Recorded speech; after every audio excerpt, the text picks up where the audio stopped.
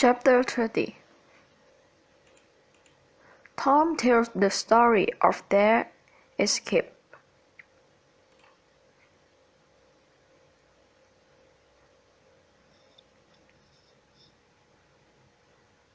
Sunday and 2 more days had passed. Few of the men continued their hunt in the cave. Most of the people believed that the children could never be found. Mr. Thatcher was very ill, and Polly's hair had changed from grey to white. Then, in the middle of the night, the village bells began to ring.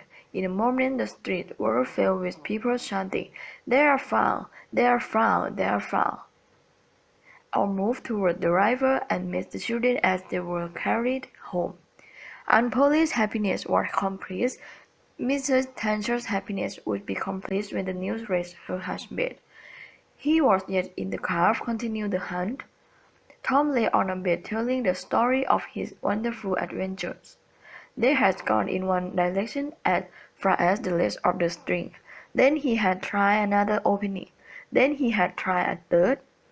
He was ready to try another when he saw a distinct light. He thought that it was daylight.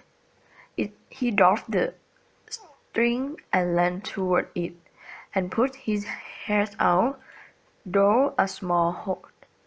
And there was the great river on which the boat had brought them to the picnic. He told how he then returned from begging. She did not believe him. She told him to let her die, but after a while she went with him. When she saw the daylight, she almost died for joy. He told how he got himself through the hole and then helped. There saw some men in a boat. And first the men didn't believe their was story, because the men said you are 5 miles south of the door of the cave. But they believed the children after a while. I took them to a house where they were given food and allowed to rest before being taken home. It was several days before Tom and begging were strong again. Tom learned of Hank's sickness and went to visit him. Mr. Darling would not let Tom talk about his adventures because Hank was not strong enough to listen. Also, she would not let the boys talk about what had happened at her house on Cardiff Hill. Tom learned about that at home. He heard over that the other man who has been with Indiana Jones has been found in the river. He had drowned while trying to escape.